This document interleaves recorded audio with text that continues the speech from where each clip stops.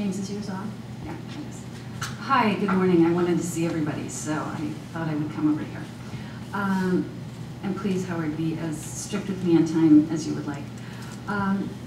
Thank you, first of all. It's really a pleasure to be back here at York, and it's a privilege to have Howard chair and to have all of you in the room to talk about this work.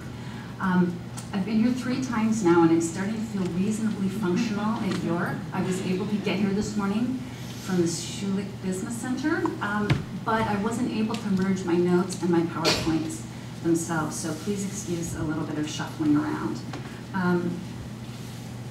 Joseph Rieckhoff has taken all of the good article titles, but right now I'm sort of calling this my Seeking Asylum Suspected of War Crimes. Obviously, as James said, we are studying the use of international criminal law and international humanitarian law in refugee exclusion analysis. And I think it's pretty obvious it's still a work in progress. I don't think I need to remind everyone of what Article 1FA of the Refugee Convention says. People are excludable for war crimes, crimes against peace, and crimes against humanity. The key part here is that as defined in international instruments drawn up to make provision in respect to such crimes. So this open-ended citation to external sources of law thus creates an explicit link between refugee law and the companion bodies of public international law, specifically, and I don't really like to speak in acronyms, but IHL, International Humanitarian Law, and ICL, International Criminal Law. The Refugee Convention authorizes asylum adjudicators, and that's just a generic term for whoever's making the decision, to use international criminal norms and creates the possibility of a coherent approach to preserving asylum for the deserving, there's that deserving notion, while harmonizing interpretations of the enumerated crimes across states, international criminal tribunals, and the companion bodies of law. It might therefore be expected that asylum adjudicators would be cognizant of, and indeed would consult, if not rely upon, humanitarian law and criminal law norms when analyzing exclusion from refugee status, and that's an assumption that we test in this study. Okay, James has described the project. I won't repeat that. What I want to do is give some preliminary findings of the study just thus far, which is a quantitative analysis of 30 years of refugee exclusion jurisprudence in the United States, along with a much smaller sample from Australia, New Zealand, and the United Kingdom, to put my US findings in a comparative context. These findings document a very limited engagement on the part of US asylum adjudicators with international norms, big surprise, right, when determining exclusion from refugee status, while their counterparts in at least 3 other common law jurisdictions make much greater use, at least in terms of citation, of international and comparative law. These findings remain to be qualitatively analyzed in order to inform what will be my part 3, which currently hypothesizes that at least I hypothesize currently, that the existence of external sources of public international law, in this case humanitarian and criminal law, has neither contributed to consistency in refugee exclusion analysis, nor fostered a dialogue between the refugee lawyers and the international criminal lawyers. And I urge a more sustained attention to the potential for these complementarities to bolster internal and external coherence of refugee law. So let me see if I can, there we go. So what I'll do, I hope, in a succinct manner this morning, is say just a little bit about the US approach to non-refoulement and exclusion under the protocol, then give you some of my findings, international law in US exclusion analysis, then say even less about these other 3 countries, and then pose what I hope are just some of the questions that will come up for discussion. All right, so with the US understanding of the protocol, and forgive me because I know you're all, or at least I think most of you are not US lawyers, so I'll make this very quick. This is an example, first of all, of internal fragmentation of refugee law, meaning that the US interprets key elements of the refugee treaty differently than most other signatories do, and certainly than UNHCR does. So, for example, we define refugees as they are set forth in Article 1, the well-founded fear of persecution, and they are eligible for asylum in the US, but only as a matter of state discretion. So the refugee has to show their well-founded fear and demonstrate meritorious exercise of discretion. We also have a category, basically our non-refoulement category, which uses the Article 33 definition of the life or freedom would be threatened. This is obligatory, okay? The problem in the US, or the difficulty, is that the non-refoulement definition is interpreted as a different and higher standard than that of well-founded fear. So why is this relevant? Because the exclusion grounds for asylum are more extensive. We've already got, by definition, people who meet, I mean, from an international perspective, we've got people who meet the Article 1 refugee definition, and yet it's only discretionary to give them asylum, and there are numerous grounds of exclusion. So there's a difference in approach there, as I say, with the US and its treatment of the protocol. Similarly, we have a number of bars to asylum and withholding. Let me just jump forward here. Persecutor of others I'll come back to because that's a novel element in the US. This other language is obviously familiar to international refugee lawyers, particularly serious crime, serious non-political crime, threats to the security of the country, and then to round it off, we have another somewhat novel US approach of material support to terrorism. Going back to the persecution of others, so just an explanatory note here. In contrast to the nearly verbatim adoption of the 1951 Convention definition in US law and the 1980 Refugee Act, our exclusion law diverges in several important ways from the scheme set out in the Convention.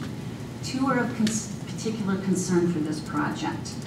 First, as we know, UNHCR stresses that given the serious consequences of exclusion for the person concerned, interpretation of exclusion clauses must be restrictive. In contrast, the US has enacted a daunting array of bars to asylum, not just the 5 that I had on the previous slide, many of which are also bars to this non-refoulement status that we have.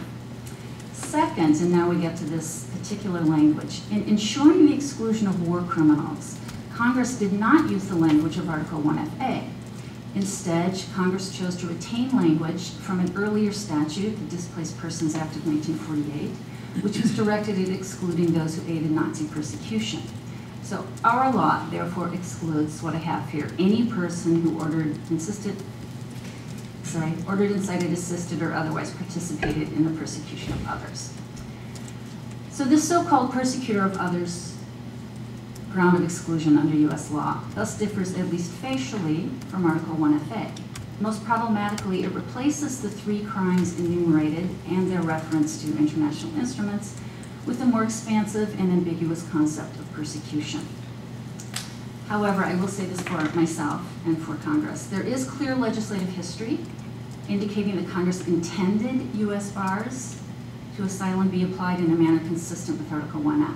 It didn't actually say that in the statute, but it's in the legislative history. Nevertheless, it must be acknowledged that the bar providing for exclusion of those who participate in the persecution of others is written in broad language. So this unique US formulation of grounds of exclusion from asylum provides an example, as I said, of internal fragmentation of international refugee law. It also poses a challenge for this comparative analysis that we're doing. I addressed this issue in the study by limiting the analysis of US persecutor of others cases to those that implicate war crimes or crimes against humanity. In other words, Article 1FA type cases. All right. So after all that by way of background, what did we find out? First of all, again, preliminary findings. The data set we had went back to 1980, which is when we passed our Refugee Act, which implemented our protocol obligations. So all US cases involving Article 1FA type, persecutor of others type cases, from 1980 to the present numbered 144 total, so a rather small number. I pulled 43 of those cases out because they were not straightforward asylum applications, they were Nazi denaturalization cases, and I want to look at those separately. So I'm down to a data set for the rest of the 5 minutes that I have of 101 cases. I wanted to say a little bit about prevalence. We found that at least in the US context, there are very few cases that go up either to our Board of Immigration Appeals or to our federal appellate level, which is what this case set represents. We don't publish our first instance cases, so you can't read them. Fiscal 2000, which I chose because it was before 9/11, you can see 0.3% of all asylum cases, a small number being one. But fiscal 2008, which was the last year we had complete data for, it was just 0.5%, so 12 out of a much larger number of asylum cases. But so not a lot of these cases are being litigated, let's at least say that. And it might be interesting to think about why. Okay, the findings, so for my 101 cases, geographic distribution, first of all, 23 cases, a quarter of the sample came from India, whereas the remaining 78 cases were spread very widely across the world. I can't explain that yet. The top 3 countries of origin in US asylum law generally are China, Haiti, and Colombia. So India is really disproportionately represented, and I'll let you know when I figure out why that is. In terms of gender, 90 men, 11 women.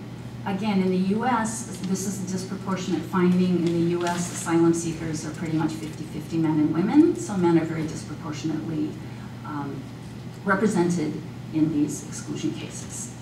And then, as best we could, we figured out age and found only that 2 men were minors at the time of the events giving rise to potential exclusion. They, were not minors at the time of the merits hearing. So not child soldiers, at least not the kind of cases that we were seeing.